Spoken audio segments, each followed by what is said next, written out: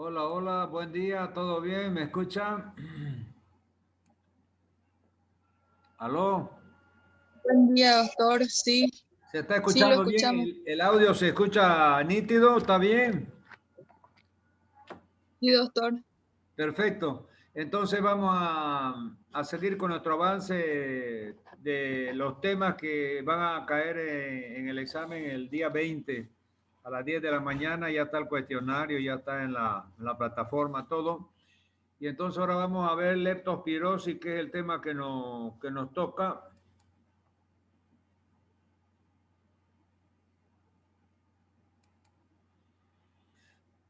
Muy bien.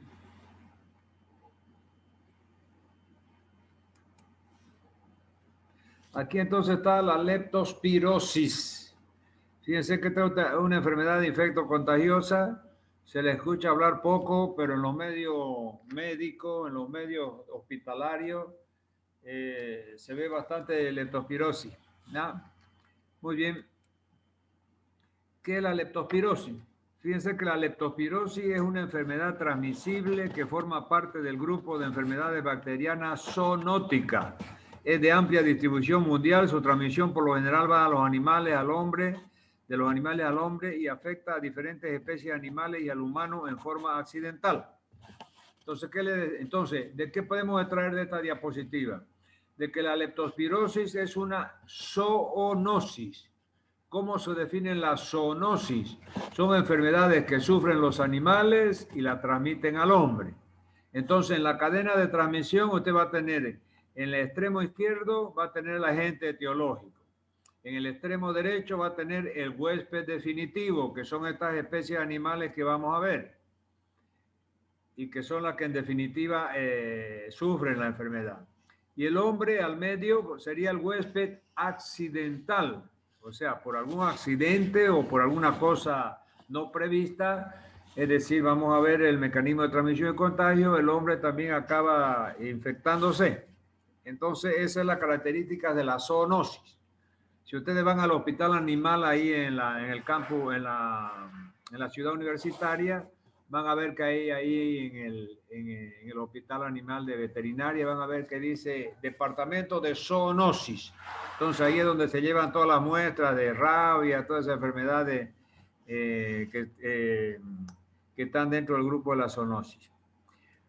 Muy bien, sigamos entonces. La leptospirosis, vamos a ver cuál es el agente etiológico. Entonces, la leptospirosis, el agente etiológico es una leptospira, ¿ya?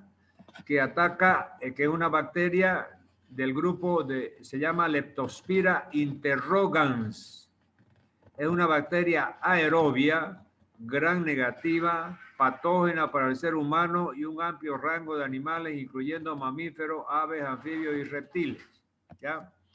La Leptospira interrogan y la Leptospira biflexa, que es de vida libre y saprofítica, o sea, saprófita. ¿Qué quiere decir? Hay microorganismos que producen enfermedades. Entonces, esos son microorganismos patógenos. Y hay microorganismos que no producen enfermedades. Entonces, son microorganismos saprófitos. Entonces, dentro de este tipo de bacteria, tenemos dos leptospiras. La leptospira interrogans, que es la que produce la leptospirosis, esa es la patógena, y la leptospira biflexa, con X, que es saprófita y no produce enfermedad. Muy bien, mecanismo de transmisión. Se transmite por contacto directo con la orina o tejido de animales infectados o indirectamente por contaminación de agua o alimentos con la orina infectada. Entonces, fíjense, vamos a ver una serie de especies de animales, generalmente vacunos, porcinos, equinos, ovinos, etcétera, que son los huéspedes definitivos de esta enfermedad, como había dicho anteriormente. Entonces, la transmisión se puede hacer por contacto directo con secreciones, orinas o tejidos de estos animales infectados, o indirectamente por contaminación del agua. O sea, esas especies animales, supongan ser la orina de esas especies animales, en la orina de esas especies animales está la leptospira, interroga, ¿ya? Y nosotros vamos a ver la forma después, ahora cuando veamos el mecanismo de transmisión y contagio, es decir, cómo esa leptospira que está, por ejemplo, en aguas contaminadas o alimentos contaminados, pasa al hombre, que es el huésped accidental, ¿ya? Entonces, fíjense que la forma más común y corriente, vamos a seguir en la transmisión. Forma de transmisión, dice, directa por medio de contacto directo con orina, sangre, tejido u órganos de animales infectados. Y la indirecta, que es la forma más frecuente, la sangre y orina de animales infectados y enfermos que contaminan agua y alimentos, entran por la piel y mucosa a través de microlesiones existentes. Fíjense, yo tengo una experiencia muy interesante con relación a la leptospirosis. Ustedes saben que yo viví más de casi 15 años en San Pablo, en Brasil. Trabajé en varios hospitales, entre ellos hospitales públicos. Y bien me recuerdo yo que cuando después de un aguacero, una lluvia intensa, la parte periférica de San Pablo, imagínense, San Pablo estaba con 15 millones de habitantes, entonces tenía una parte periférica donde estaban las favelas y entonces entre medio de los cerros, allá que le llaman morro, entonces se inundaba, habían zonas que se inundaban. Entonces, fíjense que la orina de las ratas es la principal fuente de transmisión de esta enfermedad llamada leptospirosis.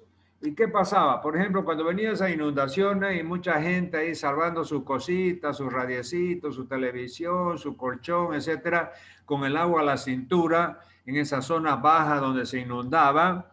Entonces, esa agua estancada ahí que inundaba esa zona de la favela, arrastraba la orina de los basurales, porque ustedes saben, las ratas viven en los basurales.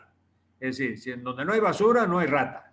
Pero donde hay basura hay nidos de rata. Entonces, ahí en esos basurales las ratas se orinan, en la orina de la rata viene la leptospira, y esa agua estancada y contaminada con centenares de litros de orina de rata, es decir, y la gente durante 4 o 5 horas en la madrugada tratando de noche de salvar sus pertenencias ahí de la inundación, es decir, a veces por la piel, en la piel, por ejemplo, de las piernas, que tiene una pequeña raspadurita, por ahí penetra la leptospira y le produce la leptospirosis a estos pacientes. Esta es la forma más frecuente que se veía, por ejemplo, en Brasil, que yo les cuento la historia de San Pablo, ¿ya?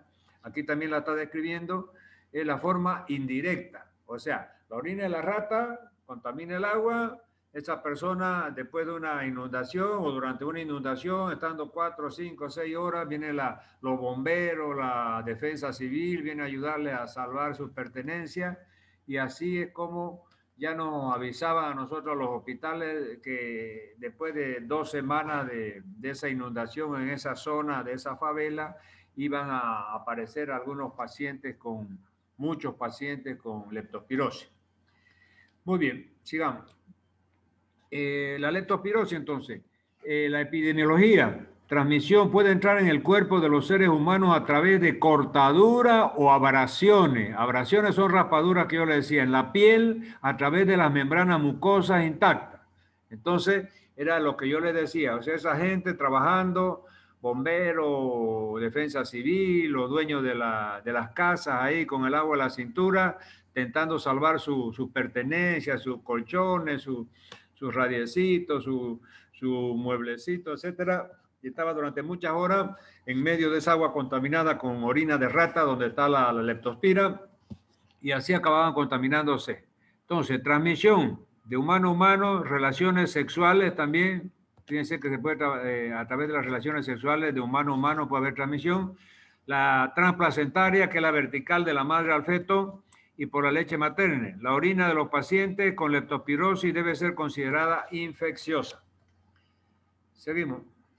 Entonces, aquí fíjense todas las especies animales que yo les he dicho. Es decir, fíjense, aquí hay vaca, hay chivo, hay oveja, hay puerco. Entonces, todas esas especies animales, hay rata, hay perro. Entonces, especie caprina, ovina, porcina, vacuna, canina, los perros, y la parte de la rata son las especies animales que son los huéspedes definitivos de esta enfermedad. Y el hombre es el huésped intermediario. En este caso, fíjense, después de una lluvia, con agua contaminada, con orina de rata, va a acabar infectándose. Sigamos. ¿Cómo se transmite? Entonces, por el contacto directo con la orina de un animal infectado. La rata y los ratones son los reservorios primarios de esta bacteria. El riesgo de contraerla aumenta si se producen inundaciones o al desarrollar actividades recreativas. Toda la historia que yo le estoy contando, fíjense que no me la he inventado, sino que aquí está, es decir, confirmando toda esa historia que yo le he contado, que la viví en hospitales de San Pablo. La puerta de entrada habitual en el hombre son la piel erosionada y las mucosas expuestas. Sigamos. Mecanismo de transmisión. Entonces, fíjense, aquí hay agua, fíjense, aquí hay agua estancada, la persona, al pie de la persona, con una herida ahí en el pie, por ahí penetra la leptospira, o acá hay otra persona, fíjense, tiritando de frío, metiéndose al agua ahí en una inundación en una región, la rata mirándole, y para expresivamente, hablando, ¿no?, de la forma de transmisión más frecuente de esta enfermedad en aguas estancadas que tienen orina de rata. Sigamos, aquí nuevamente, mecanismo de transmisión, fíjense una rata allá arriba, la orina infectada, va al agua y ahí la persona humana acaba infectándose también con esa orina de la rata. Pero además de la orina de la rata puede ser también orina, fíjense, de perro, de cerdo, de vacuno, etc. Cuadro clínico. Entonces vamos a ver cómo se presenta esta enfermedad llamada leptospirosis, cuáles son los síntomas. Entonces, fíjense, el primer síntoma bastante característico es fiebre, ¿no? Los pacientes comienzan con fiebre, después tienen ictericia, dolor de cabeza, que es la cefalea, dolores musculares, que son las mialgias severas, esos dolores musculares severos, especialmente de los muslos y la región lumbar, región donde están los riñones. Hay escalofríos seguido de aumento rápido de la temperatura. Entonces, fiebre con escalofrío, ictericia, cefalea, artralgia y mialgia. Ya las mialgias son generalmente de los músculos dorsales de la región lumbar. Sigamos.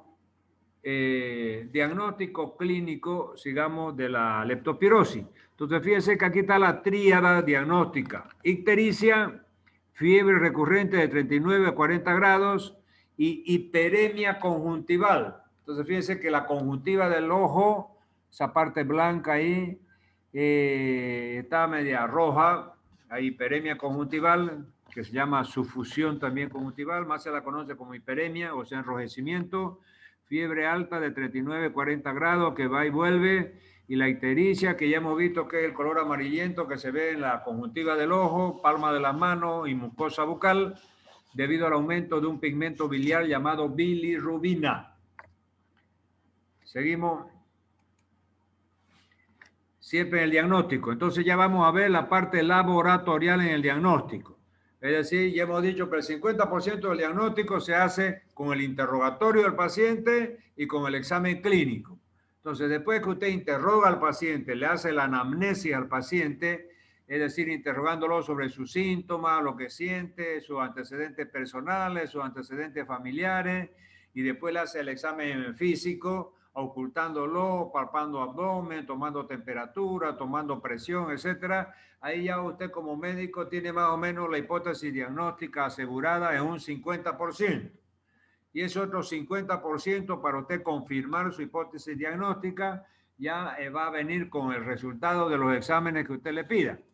Entonces, fíjense que aquí lo divide en exámenes inespecíficos, exámenes específicos y otros exámenes. Entre los exámenes inespecíficos, o sea, ¿qué quiere decir inespecífico? Que estos exámenes se pueden hacer en 500.000 otras enfermedades. O sea, no son exámenes, es decir, propios solamente para la leptospirosis. Entonces, eso se pueden pedir en múltiples enfermedades infectocontagiosas que hemos visto, chaga, lepra, paludismo, es decir, botulismo, etcétera, ¿no? Entonces, ¿cuáles son esos exámenes inespecíficos? Hemograma, velocidad de eritrosedimentación, examen de orina, creatinina, urea y creatinina, pruebas de la función hepática. La prueba de la función hepática son fosfatasa alcalina, transaminasa, bilirrubina, etcétera, ¿no? Y después hay la parte citoquímica del líquido cefalorraquídeo. Bueno, que les queda a ustedes, por ejemplo, que los exámenes específicos son esos exámenes que no son, como su nombre lo indica, inespecíficos, es porque no tienen especificidad, o sea, no son propios de una patología en especial, sino que se hace de rutina en múltiples enfermedades. Pero ya uno tiene que ir guardando, si alguno de esos exámenes inespecíficos da positivo, ya puede ir asociando a los exámenes específicos que están acá a la derecha. ¿Cuáles son? Aislamiento microbiano haciendo cultivo de sangre, cultivo de orina y cultivo en el líquido cefalorraquídeo. Entonces, en estos pacientes se pueden hacer 3 tipos de cultivos. Fíjense, hemocultivo, que es el cultivo de sangre. El urocultivo, que es el cultivo de orina. Y después hacer un cultivo también en líquido cefalorraquídeo. Y después tenemos la PCR, ¿de verdad? Que también han visto que la PCR también se hace en el coronavirus, ¿de verdad? Muy bien. Otros exámenes. Microscopio de campo oscuro, serología con aglutinación microscópica, hemaglutinación indirecta y ELISA. Fíjense que también hay ELISA para leptospirosis, así como hemos visto que hay la ELISA para coronavirus, hay ELISA para SIDA. Entonces el test de ELISA es un procedimiento diagnóstico laboratorial que se usa también en varias enfermedades. ¿Y qué es el test de ELISA? Generalmente el test de ELISA, es decir, busca los anticuerpos específicos de cada enfermedad. Ustedes saben que los anticuerpos principales son el IgM y IgG. Entonces, ustedes han visto con el coronavirus, por ejemplo, y en las otras enfermedades, los primeros que aparecen son los IgM. Y después aparecen los IgG. ¿Ya? O sea, durante la enfermedad, generalmente el paciente está con IgM. Y después de la enfermedad, porque dura más tiempo en la sangre, ya desaparecen los anticuerpos IgM y ya siguen y continúan los anticuerpos IgG. Muy bien. Entonces, sería bueno aprender el diagnóstico específico con el urocultivo, hemocultivo y cultivo de líquido cefalorraquídeo acompañado de la PCR. Muy bien, sigamos. Tratamiento. Fíjense que el tratamiento de la leptospirosis se puede usar 3 tipos de antibióticos. La doxiciclina, que es una tetraciclina, fíjense, doxiciclina en la dosis de 100 miligramos, ¿ya? Durante 5 a 7 días. La amoxicilina, 500 miligramos durante 7 a 10 días, y la penicilina sódica, ¿ya? Yo me conformo con ustedes porque no le estoy dando farmacología, sino a mis alumnos de farmacología yo les exijo hasta la dosis. Pero ustedes por lo menos ahora ya tienen que ir más o menos sabiendo el nombre de la droga, del fármaco, ¿no es verdad? Entonces, doxiciclina, amoxicilina y penicilina sódica. Esos son los que se usan generalmente en el tratamiento de la leptospirosis, ¿ya? Y muchas veces se pueden asociar con algún corticoide, si es que se torna rebelde el tratamiento, quieren ayudarse al proceso inflamatorio con los corticoides, también se puede dar. Pero lo importante es que ahora sí hay alérgica a la alergia a la penicilina, lógicamente, con mayor razón, en vez de esas 3 drogas, es decir, hay que sustituir la penicilina y dar una cefalosporina, por ejemplo. Ustedes han visto que ahí al lado derecho han visto que hay otro esquema, que es la doxiciclina, tetraciclina o ceftriaxona. Entonces, cuando está todo bien, usted usa, cuando no hay alergia a la penicilina, puede usar la doxiciclina, la amoxicilina o la penicilina sódica, ¿ya? Si es alérgico a la penicilina, puede utilizar la doxiciclina, la tetraciclina y la ceftriaxona, que es una cefalosporina. Muy bien, sigamos. Más vale prevenir, dice. La vacunación de las mascotas y del ganado sí reduce la incidencia de la leptospirosis en estos animales. Fíjense entonces de que es muy importante que todas esas mascotas o todos esos animales, bueno, los animales vacunos, equinos, porcinos, ovinos, ya los dueños se encargan de vacunar. O sea, ellos vacunan también porque llega la mortandad, llega la peste y le mata a todos esos animales y ellos pierden plata. Entonces ellos hacen la vacunación contra la leptospirosis de todos esos animales. Pero si usted tiene una mascotita, un gato, un perrito, entonces usted tiene que vacunarlo, llevarlo al veterinario para que lo vacune. Entonces, evitar la inmersión en aguas estancadas potencialmente contaminadas es otro factor que puede prevenir. Manteniendo los patios y terrenos libres de basura, escombros y todo lo que pueda ser refugio de roedores. Entonces, fíjense que aquí nos queda como aprendizaje de que la principal fuente de infección son los basurales.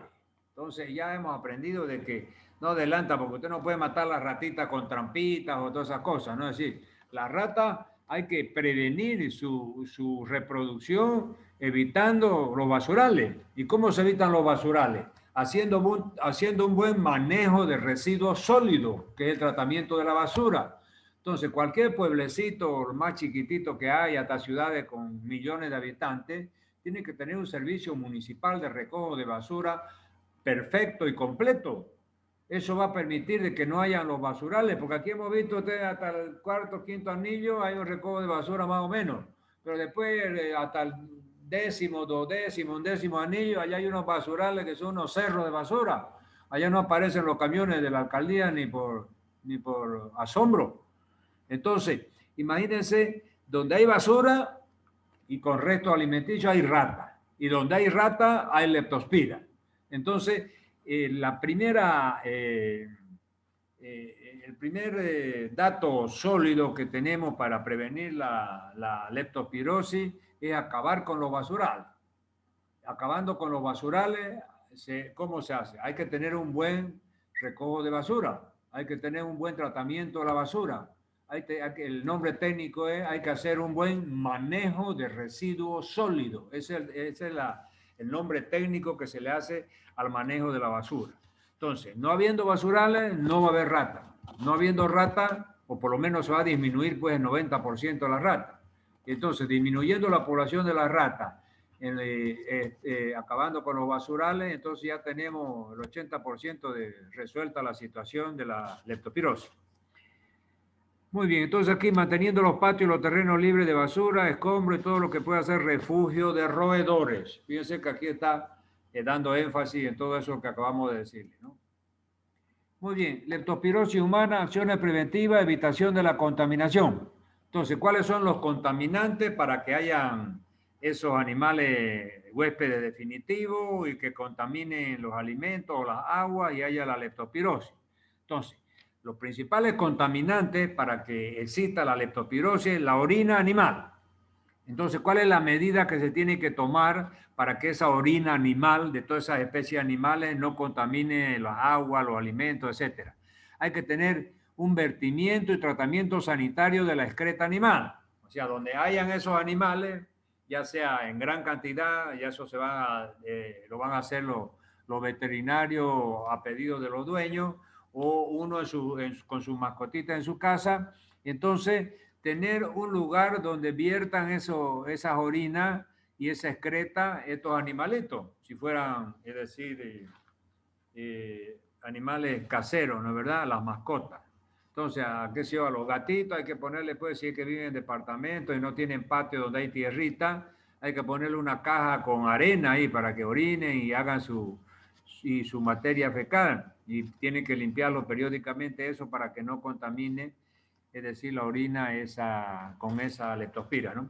Después los suelos y fluviales, drenaje de terrenos bajos y charcos, porque ahí en esos suelos donde hay charcos y en zona baja se va a acumular el agua de lluvia y entonces también se van a infectar con leptospira, ¿no? Uso de desinfectantes también en esos charcos y esos terrenos bajos. Y agua y los alimentos, tratamiento sanitario de las piscinas. Entonces, la piscina, ustedes saben que periódicamente hay que clorarla, es decir, para matar, es decir, los gérmenes patógenos, ¿no? ¿Verdad? Eso ya tiene su procedimiento especial. Protección física de fuentes de agua y alimentos. Muy bien, sigamos. Es recomendable lavar la parte superior de las latas antes de abrirlas y consumirlas. Fíjense que es muy frecuente ahora que en Bolivia ya hay muchos supermercados, entonces mucha gente ya le gusta comprar enlatados y embutidos. Entonces, muchos alimentos vienen enlatados, pero están almacenados meses ahí en un almacén lleno de polvo, lleno de rata. Entonces, usted cuando va a abrir la lata, si no limpia esa lata por arriba y por abajo, probablemente en el momento de abrirla, usted sin querer va a contaminar ese alimento que está dentro de la lata con alguna bacteria, alguna como esta, la leptospira. Entonces, por eso es que tiene que ser costumbre y es recomendable lavar la parte superior de las latas antes de abrirlas y consumirlas. Sigamos.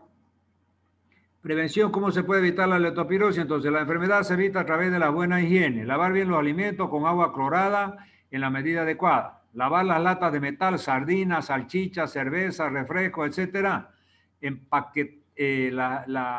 Los paquetes de leche que vienen en cartón, no líquidas y cualquier otra bebida que se lleve directamente del envase al vaso o a la boca con una solución de 10 partes de agua y una parte de cloro. 10 tazas de agua y una taza de cloro. No para alimentos directos como las verduras. O sea, para la verdura ustedes saben que puede ser vinagre, puede ser limón o puede ser también hipoclorito de sodio, pero en menor cantidad para lavar las verduras que se comen crudas, ¿no? Usar solo agua apta para el consumo humano, para beber, asearse y cocer bien los alimentos. Entonces, esas son las medidas generales para evitar la leptospirosis. Prevención nuevamente. Evite áreas de aguas estancadas, especialmente en los climas tropicales. Si usted está expuesto a un área de alto riesgo, tome precauciones para evitar la infección, combatiendo los roedores, principalmente agentes del contagio, en domicilios y alrededores. Fíjense, la rata ahí es el protagonista especial de esta enfermedad. Pronóstico. ¿Qué es pronóstico? Es decir, el pronóstico es cuando uno analiza la enfermedad desde el punto de vista de su letalidad. O sea, esta enfermedad mata, no mata, cuánto mata, hay casos leves, se curan los pacientes, entonces todo eso está embutido en esta palabra llamada pronóstico. El pronóstico de la leptospirosis es bueno en general, o sea, quiere decir de que en términos generales la mayor parte de los pacientes se salvan, ¿no es verdad? La mayoría de pacientes que presentan casos leves se recupera sin secuela. Cuando el caso es leve, hay un alto porcentaje de recuperación sin secuela. Índice de mal pronóstico. Ahora, cuando en la evolución de la enfermedad aparecen algunas complicaciones, como pacientes de edad avanzada, ictericia, trombocitopenia, que es la disminución de las plaquetas, o manifestaciones de daño renal, el paciente está con oliguria, anuria, supóngase orinando poco o no orina, entonces las plaquetas bajas, ¿no es verdad? La ictericia, todo eso son síntomas de mal pronóstico. Entonces, probablemente esos pacientes van a tener un índice de mortalidad bastante alto. Muy bien, entonces con eso terminaríamos esta parte de leptospirosis. Yo voy a compartir ahí, voy a abrir el chat para que ustedes hagan sus preguntas, si la quieren hacer escrita o la quieren hacer oral, activen su micrófono, ya está autorizado eso. Vamos adelante. Doctor, en las complicaciones en una mujer embarazada, ¿cuáles serían? Disculpe. A ver, aquí, Vilma, Lino, Sí, Lara, ¿no? Vilma, ¿no? sí. Ya, las complicaciones de una mujer embarazada, fíjense pues que, es decir, hemos visto que hay la transmisión vertical, la verdad ya la nombramos. O sea que la transmisión que la mujer embarazada pasa al niño intraplacentariamente durante el embarazo. Entonces, lógicamente, todas estas enfermedades, infectos contagiosas, si no producen muerte del feto, abortos prematuros, etcétera, a veces llegan a producir fetos de pequeño tamaño. O sea, si nace prematuro, con bajo peso, a veces de 800 gramos, 900 gramos, a veces no son viables y por más que lo pongan en incubadora, en un servicio especializado, a veces gastando harta plata, igual se muere. Entonces, todas estas enfermedades de infecto contagiosa producen algún tipo de lesión, es decir, en el vientre materno, y si se salvan y tienen una sobrevida importante, a veces ya tienen alguna lesión congénita, ¿no es verdad? Pero la gran mayoría puede ya dentro del vientre materno o nacer el feto muerto y retenido, o tener bajo peso al nacer, o nacer antes de tiempo, o sea, los prematuros. Entonces ya los niños siempre de madres que tienen esta enfermedad, por eso es que las mujeres embarazadas deben hacer 4 controles prenatales. 4. Eso es lo que se exige de la madre. Ya muchas de ellas ni lo hacen, ni hacen 1, ni hacen 2. Peor van a hacer 4, ¿no es verdad? Pero lo ideal sería que hagan por lo menos los 4 controles prenatales. ¿Y para qué eso? Porque en alguno de esos 4 controles prenatales se va a detectar que tiene esta infección, es decir, de la leptospirosis. Y entonces se la va a tratar y probablemente puede, si es bastante precoz, o sea, se ha infectado ahora y a las 2 semanas vino a uno de sus 4 controles y se la detecta rápidamente, se trata a la madre y bueno, no le da tiempo de que la madre le transmita al feto, al hijo, ¿no es verdad?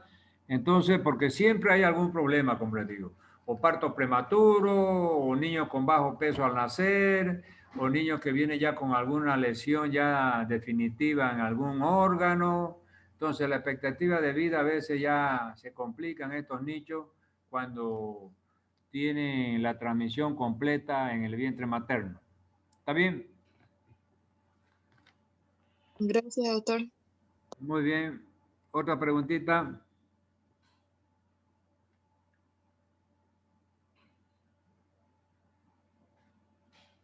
Muy bien. Yo le decía que ya está el cuestionario, ya está en la plataforma. Así que las cartas ya están echadas. El día 20 a las 11 de la mañana va a ser el examen. Y ya saben, ¿no? Son 3 puntos cada uno, 8 preguntas, 8 por 3, 24, es sobre 24 puntos y así vamos a ir avanzando. Segundo parcial. Los temas que avancemos de aquí en adelante, es decir, ahorita todavía tenemos 2 temas más que entran en este segundo parcial y lo vamos a avanzar el día jueves y viernes de la otra semana, que es toxoplasmosis y cisticercosis. Y con eso completaríamos ya todo el programa. Día 7 y 3, entonces tendríamos de que ahora es, ¿qué fecha? Ahora es 6. 6, 7, 13.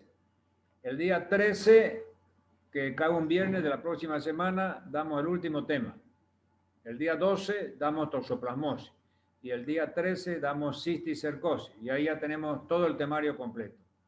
Y de ahí hay una semana hasta el día 20 que ustedes van a estudiar. No vamos a avanzar más. Esa semana para darle tiempo de que estudien. Y el día 20 ya es el examen. ¿Está bien? Muy bien, ¿alguna pregunta? La plataforma está actualizadísima. Yo más tardecito, ahorita lo voy a transformar el video, inmediatamente lo subo. Entonces, al final de la tarde, a más tardar en la noche, pero al final de la tarde ya va a estar el video arriba en la plataforma. ¿Está bien? Ok, ¿no hay más preguntas? Muy bien, entonces un abrazo para todos, cuídense, háganle lance al coronavirus. Muy bien, nos Gracias, vemos la doctor. Está bien, próxima. doctor. Muchísimas gracias. Ok, gracias a ustedes, un abrazo. Gracias, doctor. Hasta luego.